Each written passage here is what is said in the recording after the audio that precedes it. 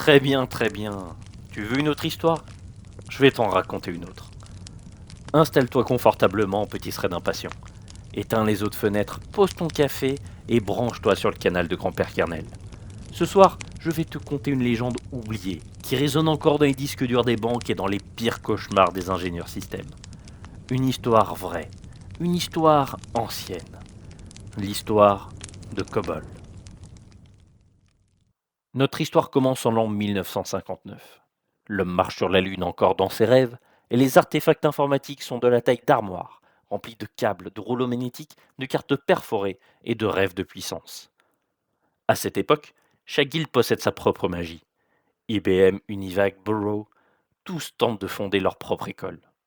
Les adeptes sont des moines scribes enfermés dans des cathédrales de silicium, écrivant le code de leur formule magique en assembleur qui ne fonctionnera que sur une machine, un seul système, une seule époque. C'est l'âge des magies barbares, des oracles inaccessibles, des sortilèges que seule la personne qui les a écrits peut réciter. Et quand ils quittent la guilde, pouf, plus personne ne comprend rien. Mais une lueur apparaît, une idée. Elle viendra de Grace Hopper, pionnière de la magie.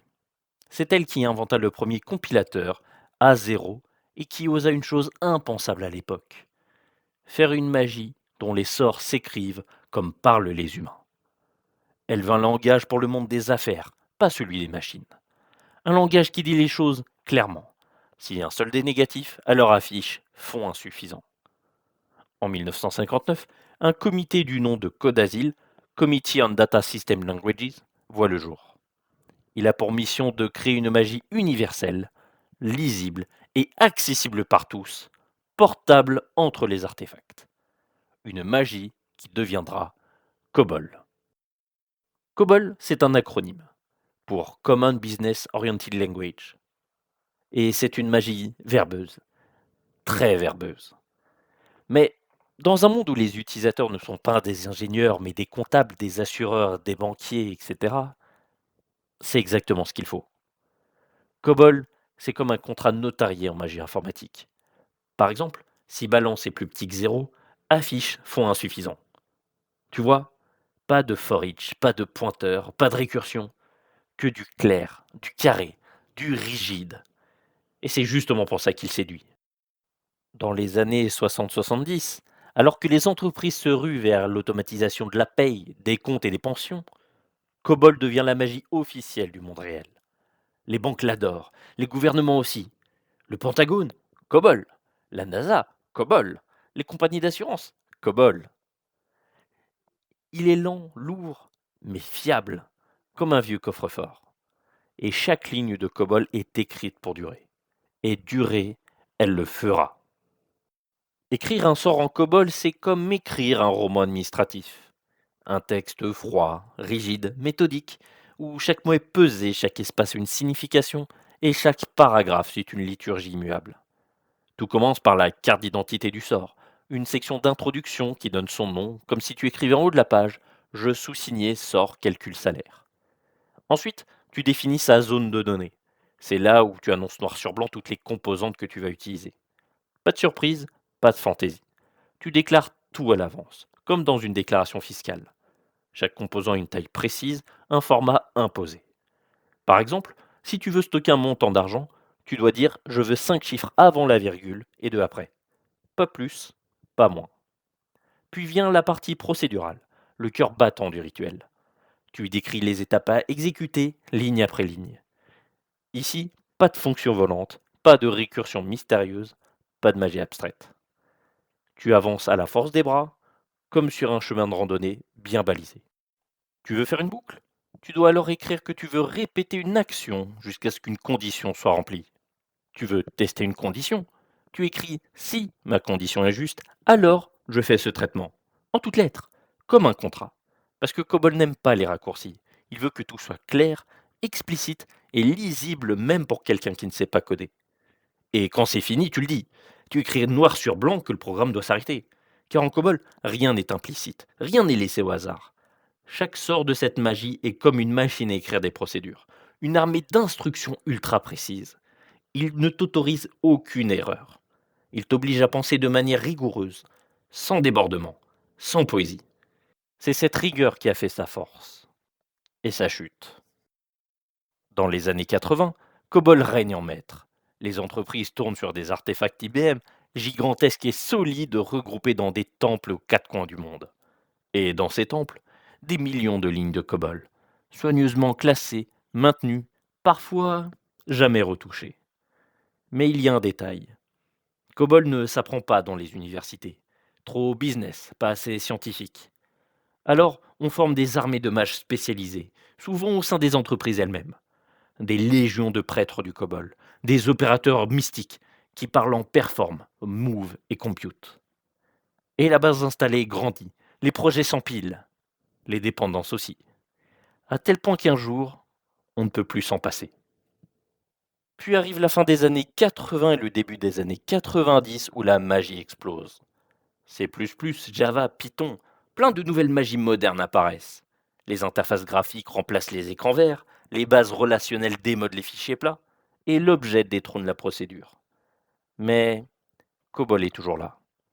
Car aucune magie moderne n'a le courage de reprendre ses fonctions. Et surtout, personne n'ose migrer ces millions de lignes. Trop risqué, trop coûteux, trop obscur. Alors on fait un choix, un pacte. On laisse tourner tant que ça fonctionne. Mais c'est là que le piège se referme. Les anciens sages partent à la retraite et les jeunes ne veulent pas toucher à ça. Pas de Git, pas de Stack Overflow et des artefacts trop anciens. Alors ceux qui restent prennent le pouvoir.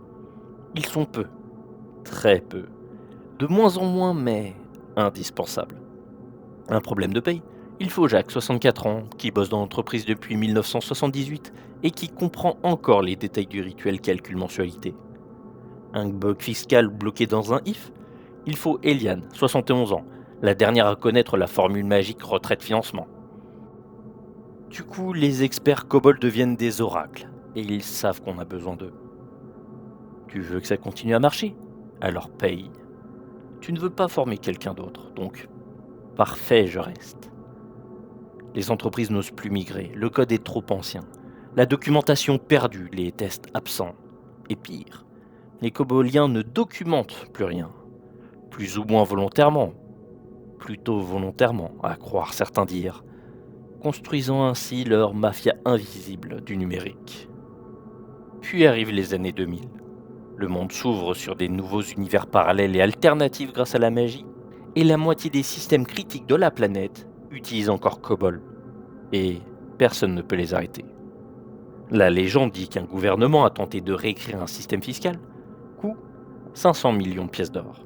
Résultat, échec. Pourquoi? Parce que le code COBOL, ça n'est pas du code. C'est l'âme d'une entreprise. Chaque ligne encode des décisions prises dans les années 70. Des exceptions fiscales, des calculs précis, des ajustements historiques. Et personne ne sait pourquoi. Les adeptes du COBOL n'écrivent plus des rituels. Ils gardent un secret. Et plus ils vieillissent, plus ils le verrouillent. Certains se regroupent, en forums privés, en sociétés de conseil opaques.